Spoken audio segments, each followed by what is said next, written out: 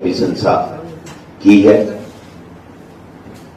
एक हमारे मुख्तार अहमद जी, जिन्होंने इंडिपेंडेंट कामा से चुनाव लड़ा और 65-66 हजार मत लिए, इनका भी सेम है।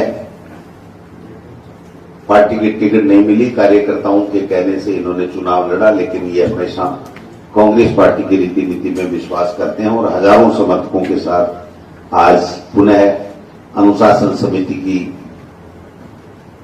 अप्रूवल मिलने के बाद में हम लोग इनको भी पुनः कांग्रेस पार्टी में शामिल कर रहे हैं। मंजू मेघवाल जी, जो पूर्व जिला प्रमुख जालोर हैं, इनको भी चुनाव के दौरान पार्टी से निष्कासित कर दिया था, इनका भी वापस निष्कासन निरस्त किया जाता है।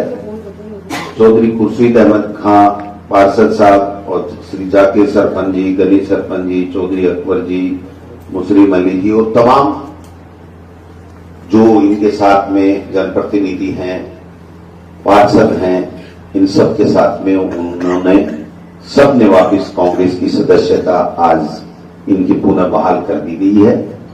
तो मैं इनको प्रदेश कांग्रेस कमेटी की तरफ से बहुत बहुत बधाई और शुभकामनाएं देना चाहता हूं। इन सब ने अपने अपने इलाके में कांग्रेस पार्टी आलाकमान ने जो एमपी के उम्मीदवार जिनको भी दिया है, उनको जिताने का संकल्प लेते हुए आज इन्होंने पार्टी वापस कांग्रेस पार्टी में ये शामिल हुए हैं। ये सिलसिला जो अनुशासन समिति में काफी एप्लीकेशन पेंडिंग है, सैकड़ों नेताओं की इस तरीके से बात आई है, वो सारी हम अनुशासन समिति को भेज रहे हैं। जो चर्चा उपरांत जो निर्णय आते जाएंगे, हम लोग आपको पुनः तकलीफ देते रहेंगे, बताते रहेंगे। तो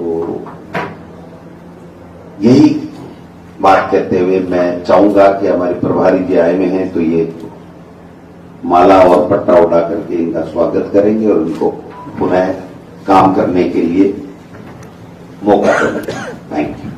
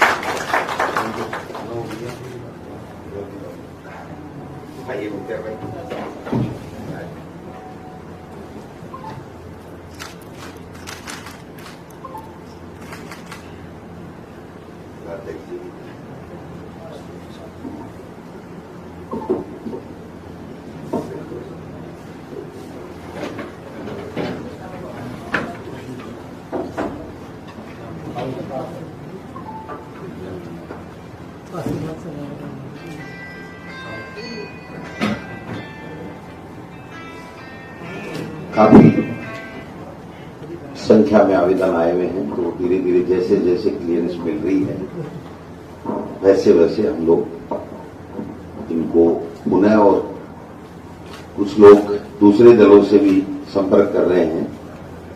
लेकिन हमारे यहाँ बीजेपी की तरह नहीं है कि ऑफिस में आके जम जाए फिर कहें भागो यहाँ से। हम सोच समझ के बुलाते हैं और जो आता है उसका पूरा सम्मान होता है। बीजेपी की तरह दुत्कार नहीं है।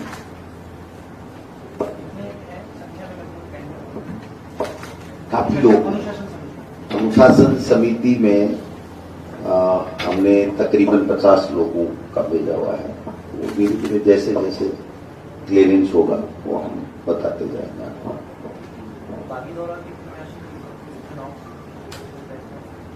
ये बात के साथ अलायंस की बात चल रही है। अगर अलायंस होता है तो अलायंस के मुताबिक निर्णय होगा, और किस जगह से अलायंस लड़ेगी या फिर कांग्रेस पार्टी का उम्मीदवार हमारा तैयार है, लेकिन ये फैसला शायद दिल्ली से होगा, तो हम वेट कर रहे हैं कि क्या अलायंस होगा या नहीं होगा। बागीदोरा भी अलायंस की बात चल रही है, एमपी में भी अलायंस की बात चल रही है, तो वो चर्चा अंतिम दौर में है, लेकिन वो अलायंस कमेटी कर रही है।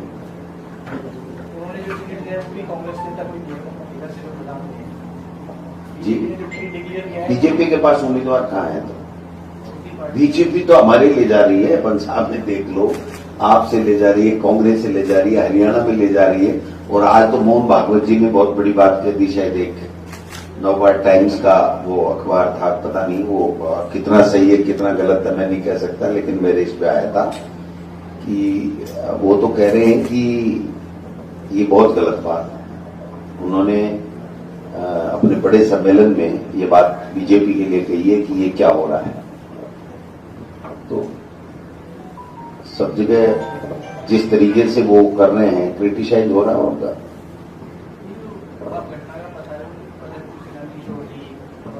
कोटा भी आप जाके आए, कोटा में भी ऑल इज वेल।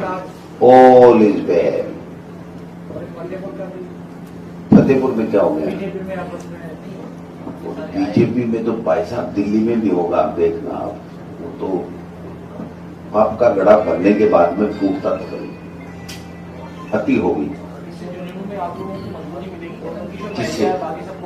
उससे हमारे कोई फर्क नहीं पड़ता, उससे हमारे कोई फर्क नहीं पड़ता। वो लड़ रहे हैं, वो जाने, उनका काम जाने। हम एकजुट हैं सब जगह। सारे नेता प्रताप सिंह खाचरियावास, मुरारीलाल मीणा,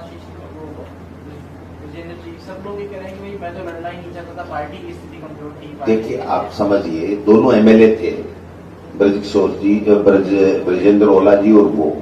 तो आप बताओ, एमएलए जीत गया तो वो क्यों कहेगा मैं एमपी लड़ूंगा? लेकिन जो वर्तमान में देश के हालात हैं, जिस प्रकार से बीजेपी हिटलरशाही कर रही है, लोगों को क्रेज कर रही है, डरा रही है, धमका रही है, प्रजातंत्र को खत्म कर रही है, संवैधानिक संस्थाओं का दुरुपयोग कर रही है,